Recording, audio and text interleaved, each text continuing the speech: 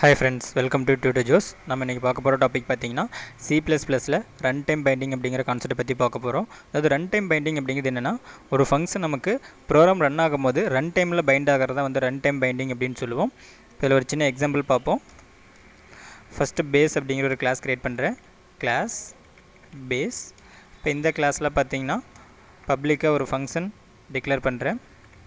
Public void டைப்ல display அப்படிங்கற function declare பண்றேன். இந்த ஃபங்க்ஷனை நான் கிளாஸ்க்குள்ளே டிஃபைன் பண்ணிக்கிறேன். இதனோட டெஃபினிஷன்ல ஜஸ்ட் cout யூஸ் பண்ணி 1 அப்படிங்கற மெசேஜை மட்டும் பிரிண்ட் பண்ணிக்கிறேன். இப்போ இந்த display அப்படிங்கற ஃபங்க்ஷனை நான் virtual ஃபங்க்ஷனா டிக்ளேர் பண்ணிக்கிறேன்.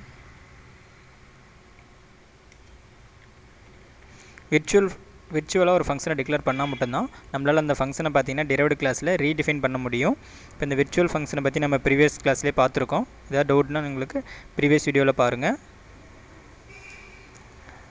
நெக்ஸ்ட் derived class 1 னு சொல்லி ஒரு கிளாஸ் டிக்ளேர் பண்றேன். der1. இப்போ இந்த கிளாஸோட பேஸ் கிளாஸை நான் பப்ளிக்கா இன்ஹெரிட் பண்ணிக்கிறேன். Public base. இப்போ இந்த derived கிளாஸ்ல display அப்படிங்கற ஃபங்க்ஷனை ரீடிஃபைன் பண்ணிக்கிறேன். void display. இந்த ஃபங்க்ஷனோட டெஃபினிஷன்ல cout யூஸ் பண்ணி 2 அப்படிங்கற மெசேஜை பிரிண்ட் பண்ணிக்கிறேன். நெக்ஸ்ட் derived2 அப்படிங்கற ஒரு கிளாஸ் கிரியேட் பண்ணிக்கிறேன். Class der2 public base. இதுலயும் பாத்தீங்கன்னா நான் பேஸ் கிளாஸை பப்ளிக்கா இன்ஹெரிட் பண்ணிக்கிறேன்.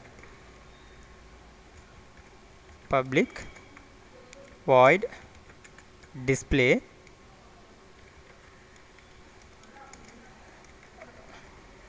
cout யூஸ் பண்ணி 3 அப்படிங்கற மெசேஜை பிரிண்ட் பண்ணிக்கிறேன்.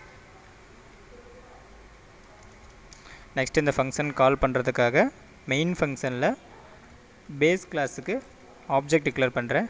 பேஸ் ஓங்கற ஆப்ஜெக்ட். நெக்ஸ்ட் ஒரு பாயிண்டர் ஆப்ஜெக்ட் டிக்ளேர் பண்றேன். Pointer p.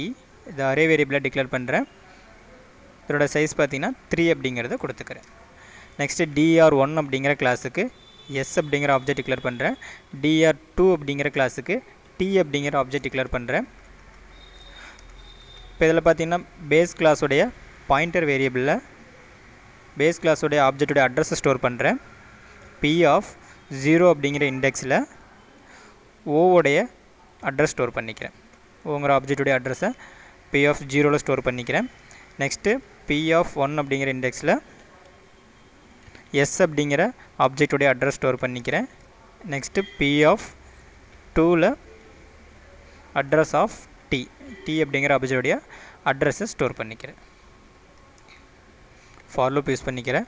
for int i equal 0 i less than 3 i plus plus.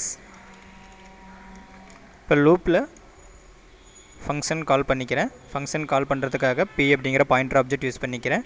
p of i arrow operator use பண்ணிக்கிறேன். display அப்படிங்கற ஃபங்க்ஷனை கால் பண்ணிக்கிறேன். இப்போ இதல பாத்தீங்கன்னா ஆப்ஜெக்ட்டோட நமக்கு display அப்படிங்கற ஃபங்க்ஷன் பைண்டிங் ஆகல. நமக்கு ரன் டைம்ல தான் பைண்ட் ஆகும். ஜஸ்ட் இத சேவ் பண்ணிட்டு ரன் பண்றேன். இப்போ பார்த்தா நமக்கு 3 ஃபங்க்ஷனுமே கால் ஆயிருக்கும். இப்போ இந்த ப்ரோகிராம்ல பாத்தீங்கன்னா நமக்கு ப்ரோகிராம் ரன் ஆகும்போது தான் நமக்கு இந்த ஆப்ஜெக்ட்டோட ஃபங்க்ஷன் பைண்ட் ஆயிருக்கும். இப்போ இதான் பாத்தீங்கன்னா நம்ம ரன் டைம் பைண்டிங் அப்படினு சொல்றோம். ஓகே फ्रेंड्स, இப்போ இந்த கிளாஸ்ல பாத்தீங்கன்னா ரன் டைம் பைண்டிங் பத்தி பார்த்தோம். ஃபியூச்சர் கிளாஸ்ல நம்ம இன்னும் அட்வான்ஸ் கான்செப்ட் பத்தி பார்ப்போம்.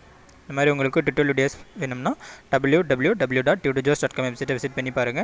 யூடியூப்ல எங்களோட வீடியோஸை பார்க்கும்போது மறக்காம எங்க யூடியூப் சேனலை சப்ஸ்கிரைப் பண்ணிக்கங்க. Thank you friends.